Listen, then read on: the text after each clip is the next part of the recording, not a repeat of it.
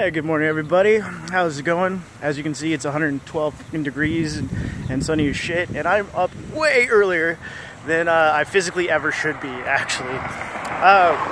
So, as far as the normal cryptocurrency thing goes, everything's burning to the ground, wah, wah, cry, cry, I lost money, yada, yada, yada. I didn't. I shorted all my fucking coins the beginning of the week, and looks like it's a good idea. But today we're not really going into the market-y stuff. Today we're going to talk about other fun little things. Value.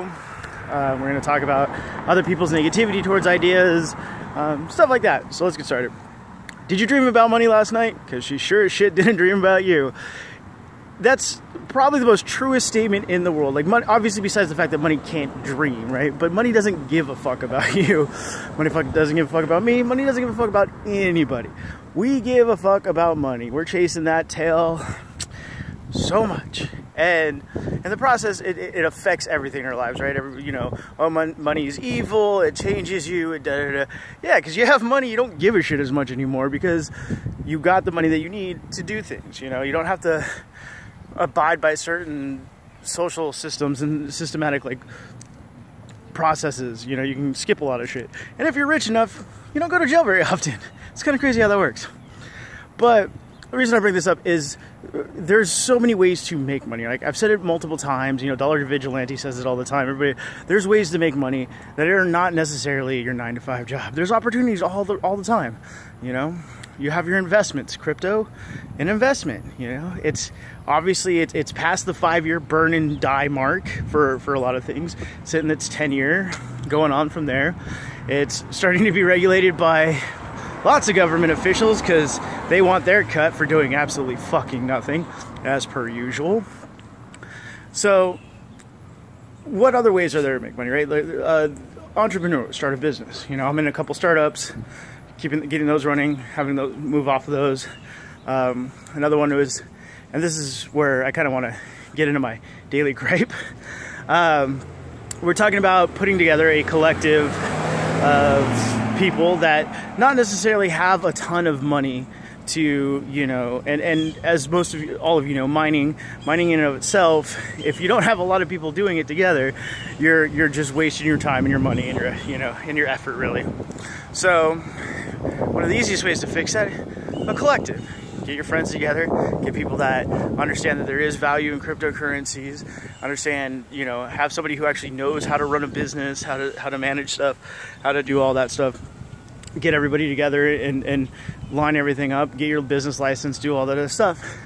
And currently I'm in the process with some other people, a friend of mine who already does it, and then me with my group collaborating and doing that. And in the process of doing this, I had somebody else who, they understand what mining is, but it's one of those people that, like, never do anything. And this is what kind of always bugs me. It's like, it's the person who, like, never does anything, never takes those chances, never risks. And I mean, short of jumping off a fucking building, I'm okay with taking risks.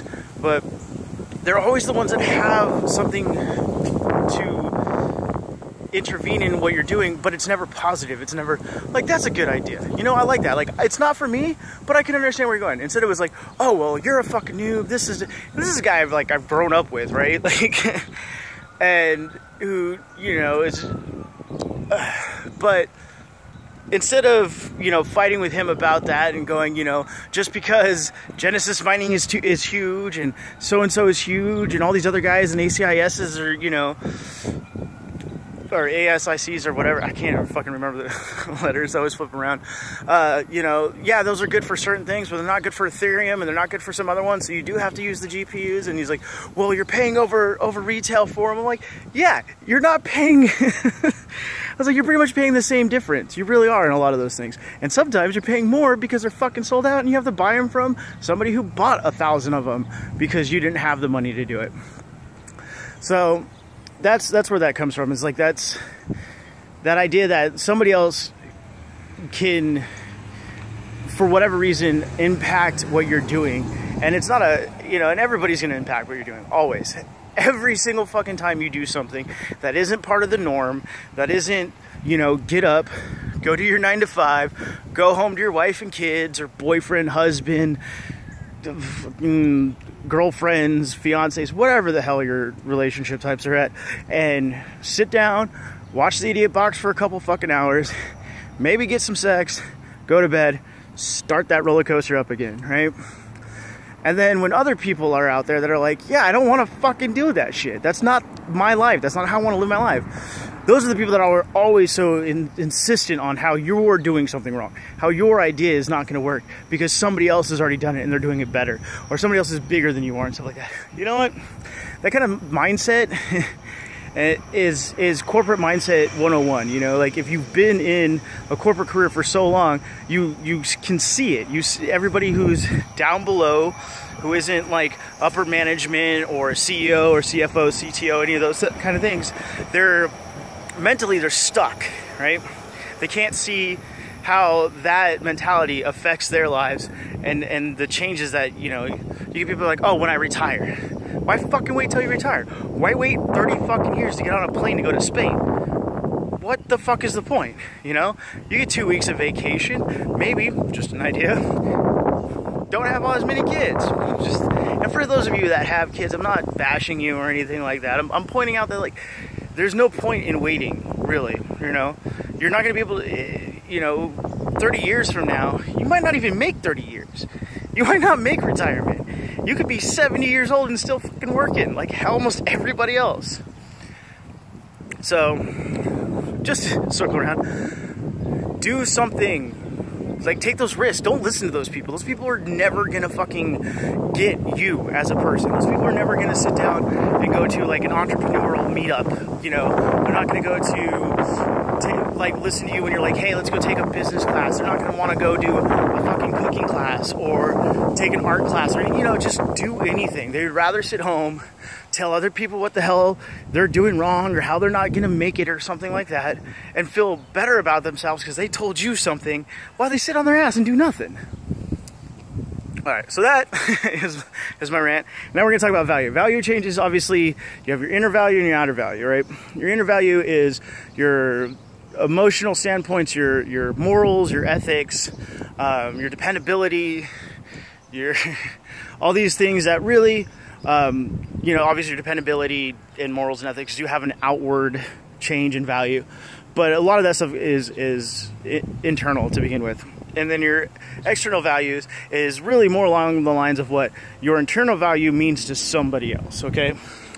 So what I hate is being a dependable person. I can almost always be counted on unless I'm fucking asleep, because then I just don't get up.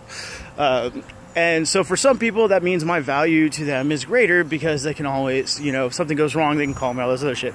And now, that might not be you. You might not be the most dependable person in the world. And you might be sporadic. You might be all over the place, you know. You might have projects. You might have, you know, a crazy life, scheduled, and all that other stuff. But you're creative, you know. So people can call you when they need something. Sorry for the cars.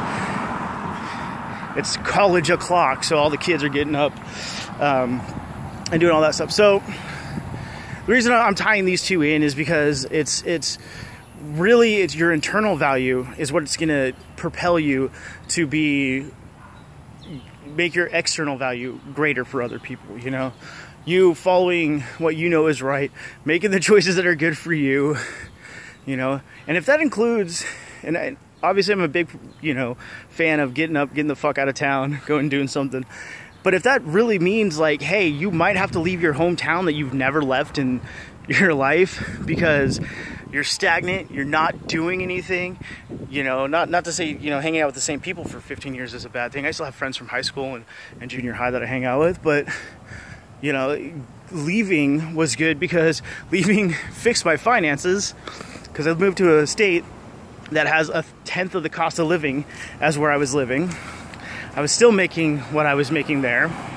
So I was able to fix all my finances. I'm sorry for the camera doing this. My knee's all fucked up and trying to walk. So yeah, you get, so now down here, my value as somebody who has done more and seen more and stuff like that, I can talk to more people, you know, I can interact with people in the oil field and the construction and tech field and cooking and all this stuff, because I've done those jobs, so I can understand what they're talking about and being part of. And I'm able to use that. I mean, I don't want to say to my advantage, but I am able to use that to my advantage, because now these are people that I have a connection with. So my network, right? We talked about building your networks and how best to do it, you know. So now my network is growing to allow me to better follow my dreams of shit ton of passive income, holding long-term assets, you know, doing what I need to do, which is best for me. And maybe it might not be that I stay here. I'm probably not going to stay here for a year or two much longer. But that move is what facilitated my change in value. Okay. And so those things might have to, your change in what you're doing will also change your value. If you know, stop selling drugs, for those of you who are doing that, you know, your value to the people that are buying drugs off of you is definitely going to go down. Your value in what money you're making probably going to go down too. But what you're doing for yourself and betterment for yourself, 5 years down the line, you're not going to give a shit if you don't fucking see the guys you used to sell fucking coke to, or weed to, or fucking molly to, or whatever, mushrooms, or whatever the fuck you sell. You're not going to care. You might see them and realize, shit, they're still fucking doing the same goddamn thing. I went and did all this other shit, you know? Went to Europe, I went to Asia. I invested all that drug money into something that is actually making me money without me worrying about going to jail. You know, you hear about all these stupid BuzzFeed fucking stories about somebody who like racked up 10K or 15K and then traveled the world and turned it into a travel blog and made money off of that. You know, people on Steamer making shit tons of money just traveling, doing that. You got people that are building brands and doing something different because they don't have to sit there and listen to the same bullshit 9-to-5 dribble. Anyway, that's my spiel and rant today about values and people pissing on your fucking totem pole and all that other fun stuff. So yeah, see you next time.